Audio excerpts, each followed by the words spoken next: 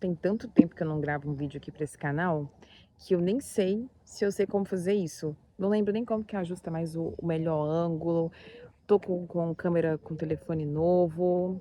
É, gente, pois é, parece que eu recuperei a senha do YouTube, né? Então vocês meio que vão ter que lidar com o meu processo de adaptação. Chegamos no finalzinho de 2025. No momento que eu tô gravando esse vídeo, é dia 25 de dezembro, é Natal.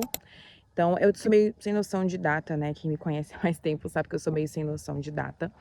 E quando eu tô aqui na casa da minha família, aqui no interior, eu tenho um certo desapego com a minha imagem. Então, vocês vão me notar suada, vão me notar também sem maquiagem, não me importando muito com isso. Justamente porque o objetivo aqui é ter um contato mais direto, mais próximo, mais intimista com vocês. Que, mais uma vez, gente, assim como 2024 e 2025, eu prometi pra mim mesma e falei pra vocês que eu ia ter uma rotina mais assídua aqui no canal, só que acabei não conseguindo, porque graças aos deuses, 2025 foi um ano de muito trabalho, só que aquilo que eu consegui trazer para o YouTube para vocês, eu tenho certeza que ressoa de alguma maneira, principalmente em relação às meditações guiadas, né, que foram tanto aqui para o YouTube como para o Spotify. 2025 foi um ano incrível, porque eu vi que vocês aderiram bem, abraçaram bem, mesmo eu não tendo tanto tempo de postar tanta meditação guiada assim. As que eu compartilhei, principalmente no Spotify, vocês acabaram ouvindo bastante e eu sou muito grata por isso. Agradeci lá no Instagram, que sim, inclusive você, até hoje, final de 2025, você não me segue, quando sair desse vídeo você vai lá para poder me seguir no @tarô_e_autoconsciência.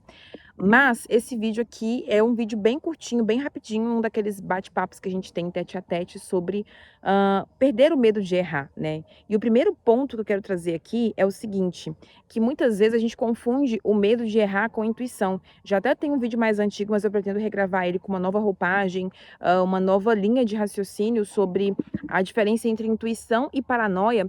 Mas o primeiro tópico é justamente isso, que muitas vezes a gente acha que o medo de errar, o medo de não se arriscar, muitas vezes nos paralisa a tentar começar uma nova ideia, um novo projeto, a colocar uma nova coisa no mundo. Muitas vezes a gente confunde com intuição, do tipo, eu acho que eu não deveria fazer, porque se eu não fizer, isso aqui tá me poupando de tomar um prejuízo maior na frente, seja financeiro, seja de gasto de tempo, ou de energia, ou do que for. A gente tende a muitas vezes confundir a nossa insegurança, os nossos medos, os nossos bloqueios com intuição, quando na verdade o nosso cérebro, né, tem até alguns estudos que falam sobre isso, que o nosso cérebro ele busca o tempo inteiro economizar energia, porque faz parte do nosso jeito humano de sobreviver. Acho que todas as espécies, na verdade, elas chegaram até onde chegaram no nível de evolução, inclusive os seres humanos, porque a gente conseguiu se adaptar à nossa realidade e economizando energia para a gente poder se manter vivo mais tempo. Então, o nosso cérebro, muitas vezes, ele tende a encarar os novos desafios com muito medo, querendo se preservar, se poupar daquilo, e é um boicote, né? Um auto-boicote, uma auto-sabotagem que impede a gente de agir.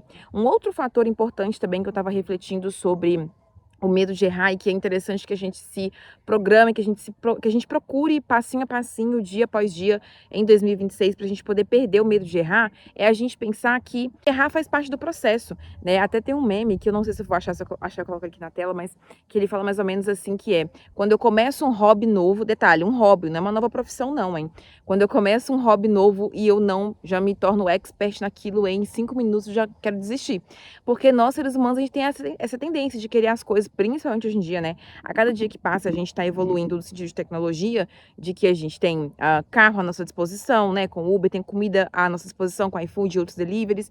Então, a gente também quer que os nossos processos sejam mais fáceis, rápidos, descomplicados, desidratados, líquidos, né? Para que tudo seja muito fácil de consumir, inclusive conteúdos como esse aqui. Então, a gente quer que tudo seja muito fácil, rápido, instantâneo.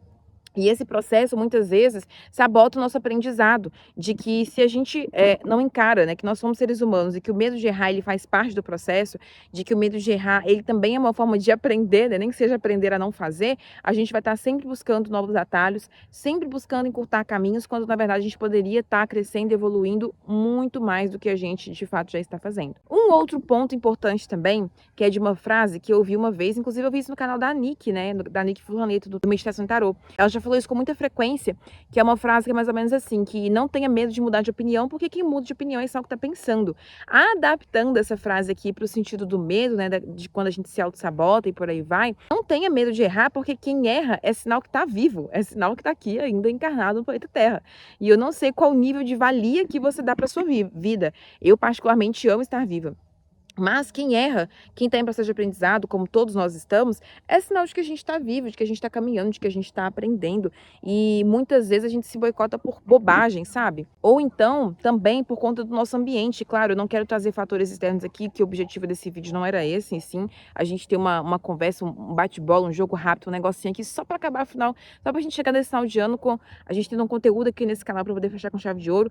Não sufoquem o artista, mas muito possivelmente eu quero também encerrar o ano com uma estação guiada nova lá no Spotify e aqui também no YouTube. Mas, muitas vezes, fatores externos influenciam sim no nosso crescimento, na nossa autodescoberta, nosso processo de evolução, né? É muito importante, se você tiver essa condição e se for um desejo do seu coração, que você mude de bairro, de cidade, de estado, de país que seja, para você se colocar nos ambientes aonde você de fato quer estar, aonde você de fato quer ter ali aquela ambiência, né, de troca mesmo, onde você sente que você pode e vai evoluir e vai crescer com esses processos.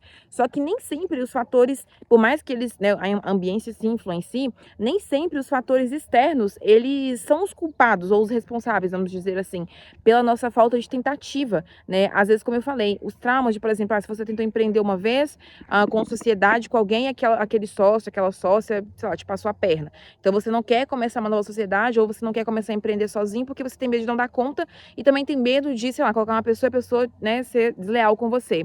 Então, essa autoproteção, esse excesso de autoproteção é o que muitas vezes impede a gente de tomar escolhas mais sábias, escolhas mais assertivas em nossas vidas. E é o que eu desejo que você tome em 2026, errando, acertando, caindo, levantando, aprendendo, com todos aqueles clichês que a gente já sabe, mas que, sem sombra de dúvidas, vão fazer com que a gente chegue até o final do próximo ano mais resilientes, pelo menos, e mais felizes de preferência, né? Porque ninguém aguenta mais chorar. 2025 foi um ano 9, um ano de finalizações, como eu falei lá no Tarot Consciência também no Insta e na comunidade também Autoconsciente, que se você não faz parte ainda do nosso grupo do WhatsApp, já clica aqui no link da descrição para você entrar.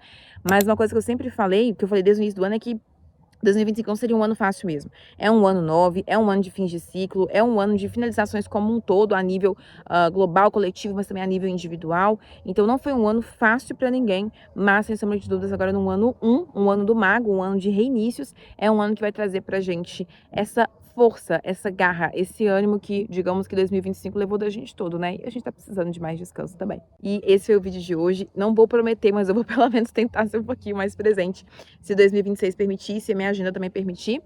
E é isso, te vejo numa próxima. Um beijo. Tchau, tchau.